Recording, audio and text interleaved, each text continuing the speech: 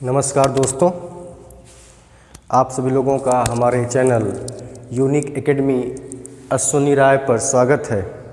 हमारा चैनल है unique academy Ashwini राय। दोस्तों, ब्लैक बोर्ड देखिए, आज का टॉपिक है बहुत ही मज़ेदार है, मैसूर का उदय, हैदर अली और टीपू सुल्तान।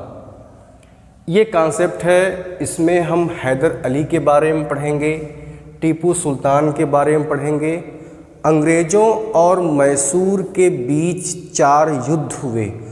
2 युद्ध लड़ा हैदर अली और अंग्रेज़ों के बीच में हुआ और 2 युद्ध टीपू सुल्तान और अंग्रेज़ों के बीच में हुआ। तो पहला जो आंग्ल मैसूर युद्ध हुआ, जो हैदर अली और अंग्रेज़ों के बीच में हुआ था 1767 से 1769। दूसरा भी हैदर अली के ही साथ हुआ था 1780 से 1784। तीसरा टीपू सुल्तान के साथ हुआ 1790-1792 और अंतिम श्रीरंगपट्टनम का युद्ध जिसमें टीपू सुल्तान था, जिसमें मारा गया।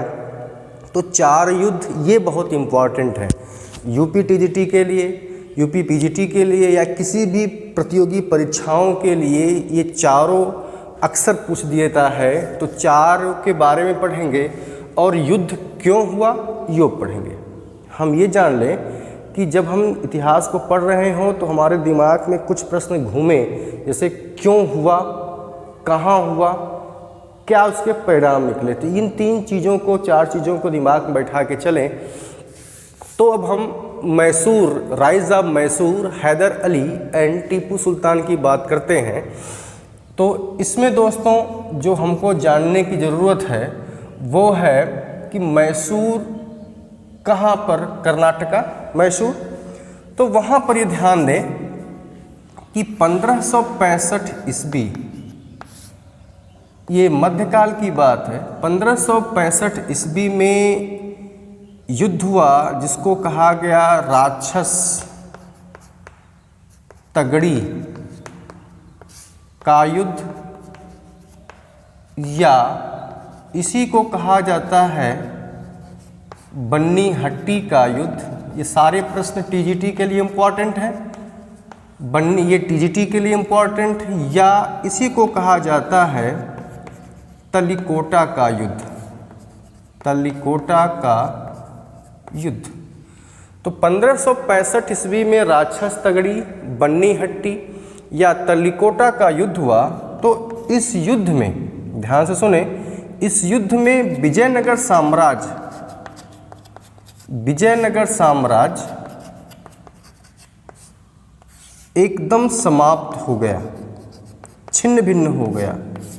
मैंने आपको बता रखा है, पिछली वीडियो में बता रखा है, फिर यहाँ बताता हूँ कि विजयनगर साम्राज्य और बहमनी 2 ऐसे राजवंश थे जो मोहम्मद बिन तुगलक के समय दक्षिण भारत में स्वतंत्र हुए और वहाँ पर एक स्वतंत्र सत्ता की स्थापना हुई। विजयनगर साम्राज्य के संस्थापकों में सबसे पहला नाम संगम वंश में आता है हरिहर और बुक्का का, और बहमनी साम्राज्य में नाम आता है हसन खां, गंगू या अलाउद्दीन बहमन शाह ने बहमनी साम्राज्य की स्थापना किया। ध्यान दे दें कि इन दोनों राजवंशों के बीच कई वर्षों तक लड़ाइयाँ हुई और इसमें इसी विजयनगर साम्राज्य से कृष्णदेव राय भी संबंधित हैं। जब मैं मध्यकाल का इतिहास पढ़ाऊंगा तो वहाँ पर इस पर विस्तृत चर्चा होगी। तो इतना यहाँ पे जाने कि बाद में बहमनी साम्राज्य 5 भागों में डिवाइड हो गया। अहमदनगर, गोलकुंडा, बीजापुर, बरार, बीदर। फिर से देख लें, बरार, यहीं से स्टार्ट कर लें, बरार, बीदर, अहमदनगर, गोलकुंडा, बीजापुर। ये 5 भागों में बहमनी साम्राज्य डिवाइड हो गया, विभाजित हो गया था।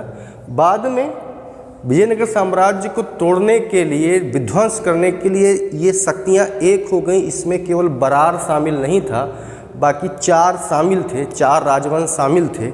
सुन लें, इसको मैं बता ही देता हूँ। बहमनी साम्राज्य में थे, बहमनी साम्राज्य बाद में डिवाइड हुआ 5 भागों में। पहला अहमदनगर, दूसरा गोलकुंडा, तीसरा बरार, चौथा बीदर और पांचवा बीजापुर। तो बहमनी विजयनगर साम्राज्य से युद्ध में केवल बरार शामिल नहीं था, बाकी ये चारों शामिल थे और संयुक्त सेना बनाकर इन लोगों ने विजयनगर के साथ युद्ध किया, जिसमें विजयनगर साम्राज्य एकदम समाप्त हो गया। तो इस युद्ध के बाद यहाँ पर, इस युद्ध के बाद विजयनगर पर, अब मैं इसको मिटा ही देता हूँ, अब आप समझ गए होंगे ये युद्ध तल्लीकोटा का युद्ध है।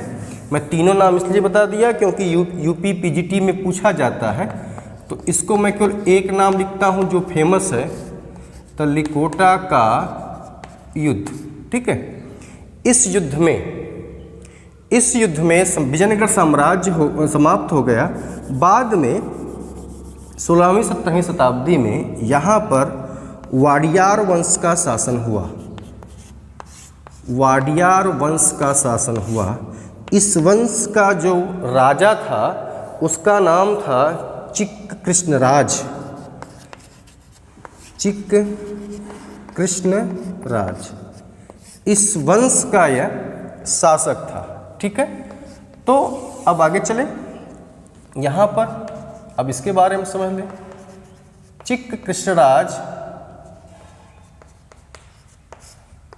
ठीक, यहाँ तक क्लियर कि आप लिख लेंगे तल्लीकोटा के युद्ध में विजयनगर साम्राज्य का पतन हो गया और उसके ध्वंसावशेषों पर, आप ऐसे लिख लेंगे, विजयनगर साम्राज्य का पतन हो गया और उसके ध्वंसावशेषों पर वाडियार वंश की स्थापना हुई, जिसके राजा था चिक्क कृष्णराज। ठीक है।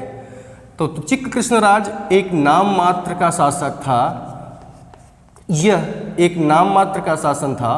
वास्तविक सत्ता जो है वह नंजराज और देवराज के हाथों में थी।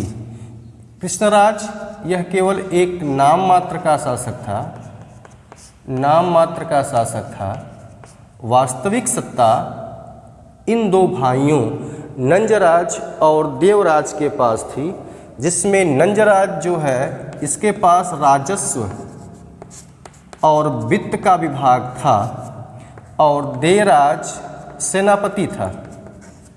ठीक है। तो ये मैसूर की उस समय की पोजीशन थी।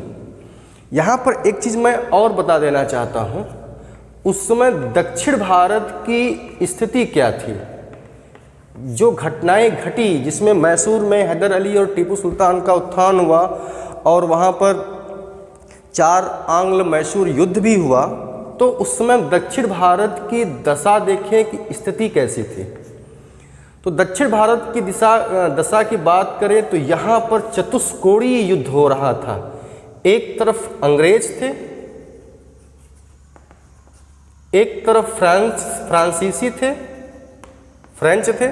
आप ध्यान दो कि 1760 में जाकर के फ्रांसीसी समाप्त हुए, लेकिन अभी फ्रांसीसी का वर्चस्व है। मराठा थे और इधर निजाम था। तो दक्षिण भारत में ये सभी आपस में लड़ रहे थे। ठीक है। यह पूरा, और इसका सेंटर पॉइंट जो बन गया था, इसका जो सेंटर पॉइंट, इस युद्ध का जो सेंटर पॉइंट बन गया था वह था मैसूर बन गया था। सारी शक्तियां मैसूर पर अधिकार करना चाहती थी, सारी शक्तियां मैसूर पर अधिकार करना चाहती थी। ये उस समय की पोजीशन थी। यहाँ पर इस बात को ध्यान दें, जब हम आधुनिक इतिहास पढ़ रहे हों तो जो भी हम आंग्ल मैसूर युद्ध पढ़ें, बंगाल सिराजुद्दौला और अंग्रेज़ों के बीच युद्ध पढ़ें, तो इस बात का विशेष ध्यान रखें कि भारतीयों में अभी तक ऐसी कोई राष्ट्रीय भावना का निर्माण नहीं था कि वे संयुक्त होकर अंग्रेज़ों के खिलाफ लड़ रहे हैं। नहीं, कदापि नहीं। इसी युद्ध में आप देखोगे कि ये जो मराठे हैं और ये जो निज़ाम है, ये कभी अंग्रेज़ों के साथ हो जाते हैं, कभी ये मैसूर के साथ माने हैदर अली के साथ हो जाते हैं। बात बहुत ध्यान दीजिएगा। इन लोगों में कहीं भी राष्ट्रीय भावना का विकास नहीं था, न ही इनको इस बात का एहसास था कि हम आने वाले समयों में और अभी से अंग्रेज़ों के दास हैं। तो एक कतई दिमाग में मत बांध रखिएगा कि इनके मन में कहीं भी नेशनलिटी की भावना थी, नहीं। ये सिर्फ और सिर्फ अपनी रियासतों के रक्षण और उसके फैलाव के लिए ही लड़ रहे थे। ये सिर्फ अपनी रियासतों के रक्षण के लिए और अपनी फैलाव के लिए लड़ रहे थे। इनके मन में कहीं भी राष्ट्रीय भावना नहीं थी। अगली बात ये ध्यान दे लें कि भारतीय जो भारतीय सैनिक थे, ऐसा नहीं कि वो केवल भारतीयों का ही साथ दे रहे थे, नहीं। ये भारतीय सैनिक अंग्रेज़ों की भी सेना में थे, फ्रांसीसियों की भी सेना में थे, मराठों की भी सेना में थे, निज़ाम की भी सेना में थे और मैसूर की भी सेना में थे। इनको जहाँ पर पेमेंट, वेतन बढ़िया मिलता था भारतीयों को, वे वहाँ पर जाके ज्वाइन कर लेते थे, वहाँ जाके नौकरी कर लेते थे। तो ऐसा नहीं था कि इनके मन में कहीं भी राष्ट्रीय भावना का समावेश था या फिर ये भारतीय सैनिकों के मन में कहीं भी राष्ट्रीय भावना का समावेश था। तो इस बात को विशेष ध्यान रखें, ठीक है। तो इस बात को हम समझ के चलें। तो अब हम बात करते हैं मैसूर की। उस समय मैसूर में चिक्क कृष्णराज जो वाडियार वंश का शासक था वह एक नाम मात्र का शासक था। वास्तविक सत्ता तो नंजराज और देवराज के हाथों में थी, ठीक है। आगे चलें। इन कालों में मैसूर पर, इन कालों में आप लिख लेंगे मैसूर पर मराठों का आक्रमण हुआ। मैसूर पर मराठों का आक्रमण हुआ और ये आक्रमण, मैसूर पर मराठों का आक्रमण हुआ, ये 1754 में हुआ, 1757 में हुआ, 1754 में हुआ, 1757 में हुआ और 1759 में। इन स्थितियों को देखकर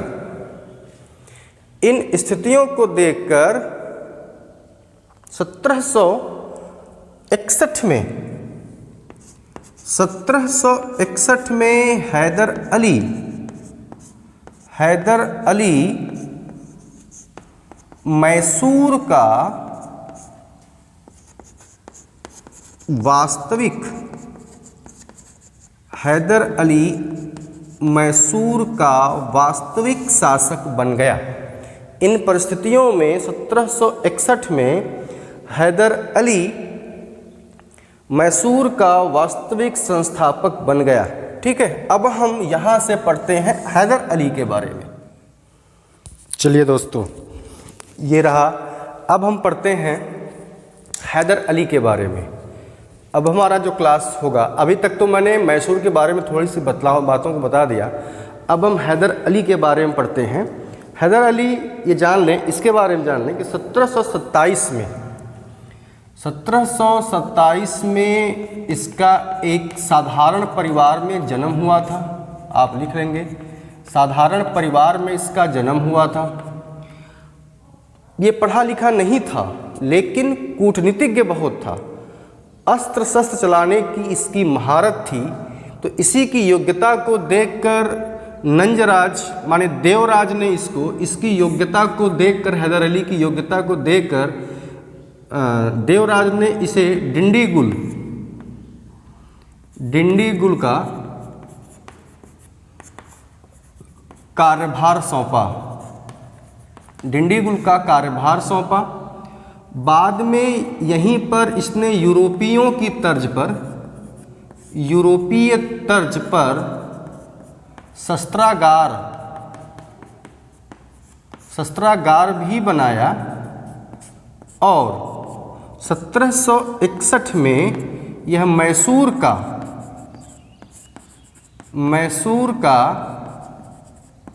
शासक बन गया। 1761 में यह मैसूर का शासक बन गया। तो यहाँ तक बात समझ में आ जानी चाहिए, ठीक है। अब यहाँ पर देखें कि 1761 में ही पानीपत का युद्ध हुआ था। पानीपत का तृतीय युद्ध हुआ था। ध्यान से देखें, तृतीय युद्ध हुआ था 1761 ईस्वी में हुआ था। यह युद्ध हुआ था, आप बता दोगे, मराठे और अहमद शाह अब्दाली के बीच हुआ था। इस युद्ध में मराठों की पराजय हुई और मराठों की जो प्रभुता थी, जो शक्ति थी, वह समाप्त हो गई थी। लेकिन 1761 के पानीपत के युद्ध के बाद एक बार फिर माधव राव पेशवा बना और इसके नेतृत्व में एक बार मराठे पुनः मजबूत हो गए और ये भूल गए एक बार पुनः माधवराव के नेतृत्व में ये फिर अपनी उस स्थिति को प्राप्त करने के प्रयास में लग गए जो कभी वो पानीपत के तृतीय युद्ध के पहले थी। परिणाम ये हुआ कि माधवराव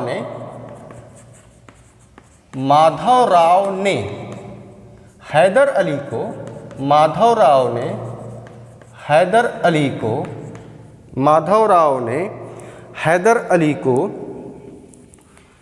1764 1766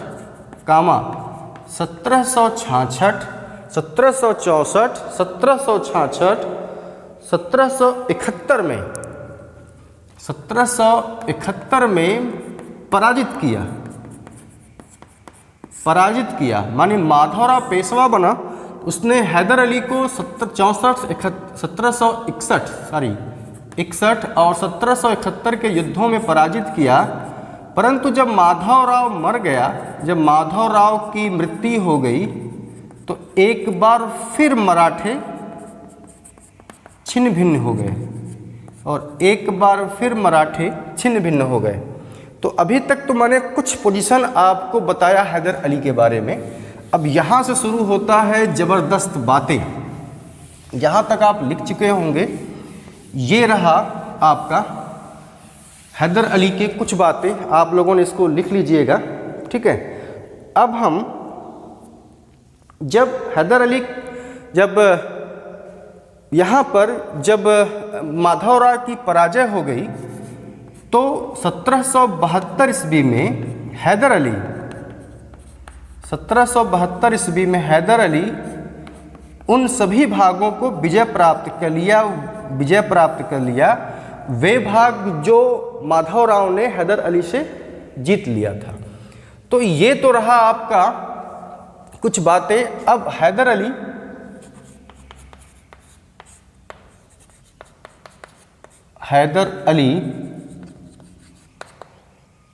के बारे में पहला आंग्ल मैसूर युद्ध 1767 से 1769। आंग्ल मैसूर युद्ध 1767 से 1769, ठीक है। अब इसकी कहानी देखिए। इसमें लिखिए कि अंग्रेजों ने जब बंगाल विजय 1757 और 1764, बंगाल विजय माने प्लासी का युद्ध 1757 और बक्सर के 1764, तो बक्सर और प्लासी के युद्धों की विजय के बाद अंग्रेजों का जो लालच थी, लिप्सा थी, वह बढ़ गई थी। अब वो अपने आसपास के क्षेत्रों पर भी अधिकार जमाना चाहते थे। तो आंग्ल मैसूर युद्ध का जो हम कारण समझ लें, तो आंग्ल मैसूर युद्ध का जो कारण था वह था साम्राज्यवादी दृष्टिकोण के कारण, या अंग्रेजों की साम्राज्यवादी दृष्टिकोण के कारण हैदर अली और अंग्रेजों के बीच में युद्ध असंभव हो गया, असंभावी हो गया युद्ध दोनों के बीच में। तो इसकी जो घटना चक्र देखें वो क्या घटा कि इसमें आंग्ल मैसूर युद्ध के बाद ध्यान दें कि अंग्रेजों ने मराठे और निजाम, हैदर अली से लड़ने के लिए अंग्रेजों ने मराठे और निजाम से संधि कर ली, मतलब इट मीन्स दोस्ती कर ली। अंग्रेजों ने हैदर अली से युद्ध लड़ने के लिए मराठों और निजाम से संधि कर ली। इसमें अंग्रेज, मराठे, निजाम प्लस कर्नाटक, यह भी अंग्रेजों का कठपुतली था, ये सभी शामिल हो गए हैदर अली से लड़ने के लिए। ठीक है, इसमें निजाम जो था इसने अपना उत्तरी सरकार मतलब ये वाला फिगर, यहाँ पर आपका हैदराबाद था, ये उत्तरी सरकार, यहाँ पर बंगाल है। ठीक है, तो अंग्रेजों ने हैदराबाद से, माने निजाम से उत्तरी सरकार ले लिया।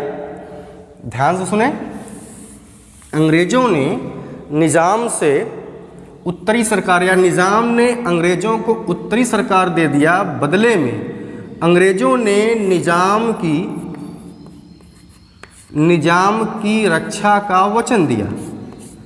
मतलब निजाम की रक्षा के वचन के बदले, सब इस प्रकार हो जाएगा कि निजाम की रक्षा के बदले अंग्रेजों ने निजाम से उत्तरी सरकार का वाला जो भाग था वह ले लिया।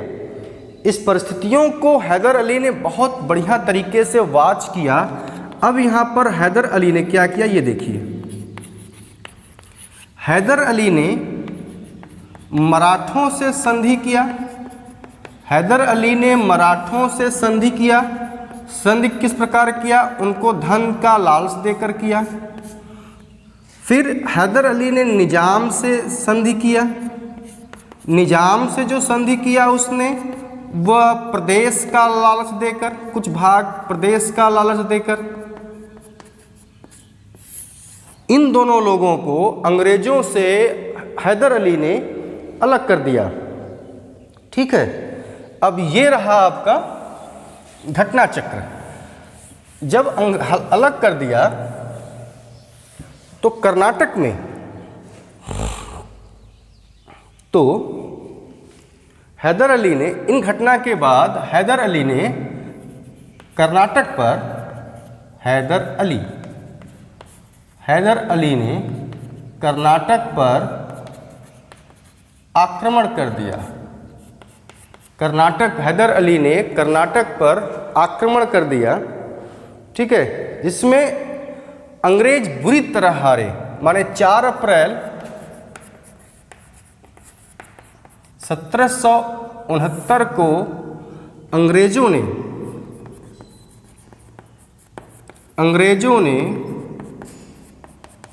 हैदर अली से संधि कर लिया। 4 अप्रैल 1769 को अंग्रेजों ने हैदर अली से संधि कर लिया, जिसको इतिहास में मद्रास की संधि के नाम से जाना जाता है। ये इंपॉर्टेंट हो गया। ठीक, घटना चक्र देख लीजिए। अंग्रेजों ने हैदर अली से समझौता किया। क्यों? क्योंकि अंग्रेज जो थे, अंग्रेज पराजित हुए। ठीक, मतलब अब यहाँ कुछ बातों को ध्यान से सुन लें।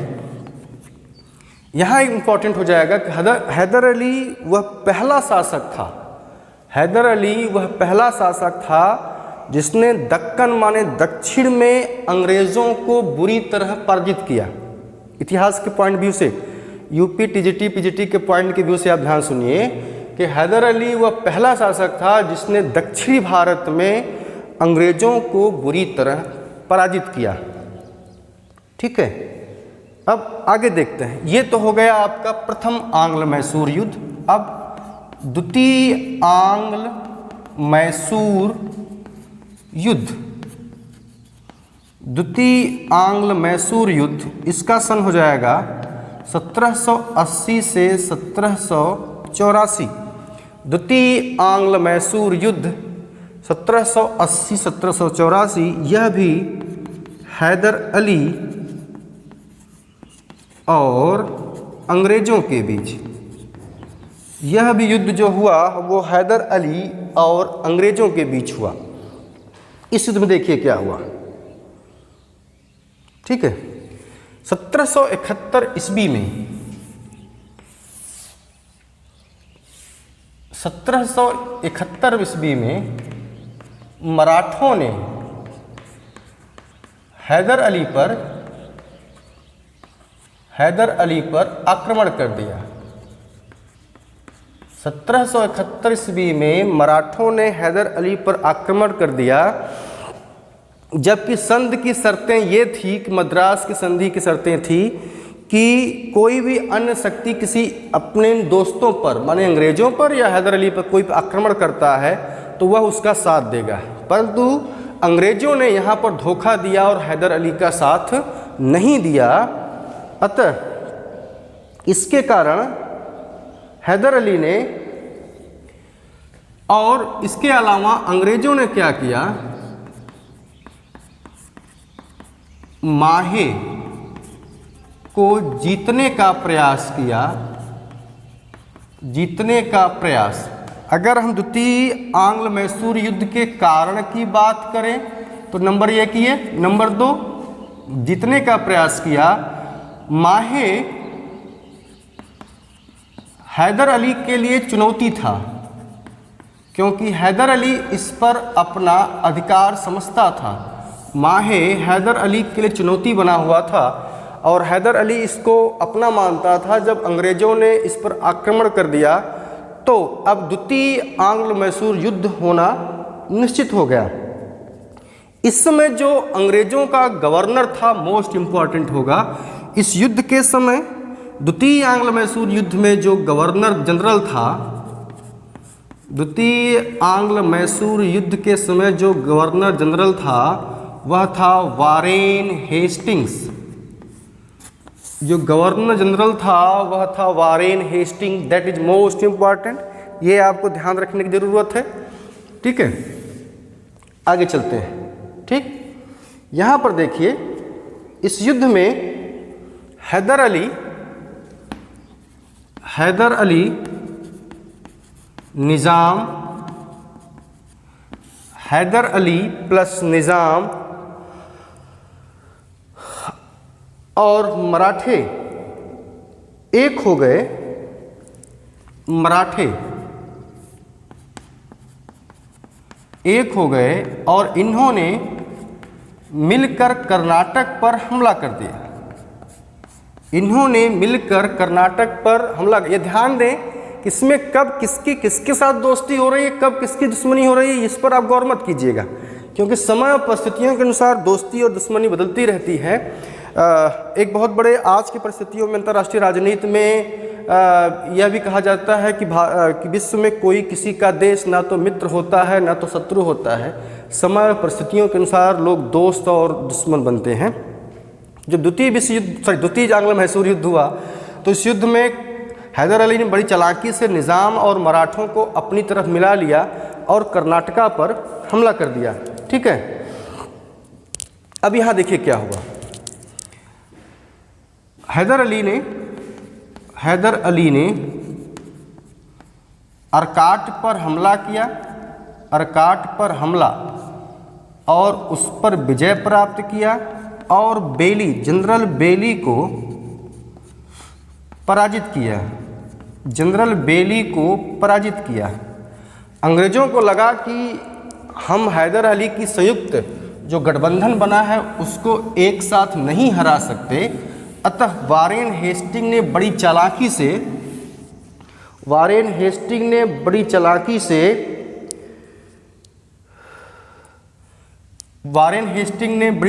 से निज़ाम और मराठों को,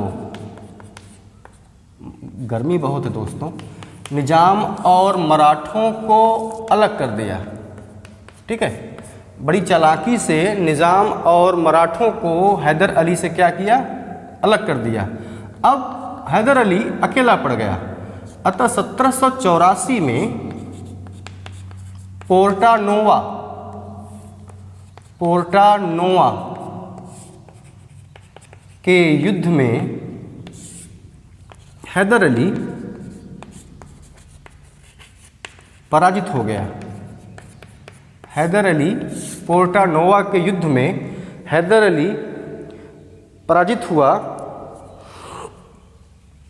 अब कुछ समय के बाद 1781, गलत हो रहा बेटे दोस्तों, पोर्टा-नोवा 1781 गलत हो गया। पोर्टा-नोवा का युद्ध, हैदर अली पराजित हुआ और 1782 में हैदर अली की मृत्यु हो गई। 1782 ईस्वी में हैदर अली की मृत्यु हो गई। अब इस युद्ध को हैदर अली के बेटे टीपू सुल्तान ने, हैदर अली के बेटे टीपू सुल्तान ने जारी किया, मतलब प्रारंभ रखा। परंतु युद्ध का कोई रिजल्ट नहीं निकल रहा था। अतः दोनों सेनाओं ने, माने टीपू सुल्तान और अंग्रेजों ने 1784 ईस्वी में मंगलौर की संधि कर ली। अब यहाँ देखिए कि मद्रास की संधि प्रथम आंग्ल मैसूर युद्ध में और मंगलौर की संधि द्वितीय आंग्ल मैसूर युद्ध में, ये दोनों बातें बहुत ही इम्पॉर्टेंट हैं। ठीक है, अब हम हैदर अली पढ़ चुके हैं, इसके बाद पढ़ेंगे टीपू सुल्तान। लेकिन टीपू सुल्तान कल हम पढ़ेंगे, अगली वीडियो में पढ़ेंगे। थोड़ा सा हैदर अली के बारे में पढ़ लें, ये भी पढ़ लें हैदर अली ने क्या किया, उसके कार्य देख लें। पढ़ा लिखा नहीं था लेकिन चीज़ों को बड़े ध्यान से जानता था और धार्मिक कार्यों में उसकी रुचि थी। वह कभी भी हिंदुओं मुसलमानों के साथ कहीं भी भेदभाव नहीं किया। ठीक है, मैसूर में हैदर अली ने मैसूर में चामुंडेश्वरी देवी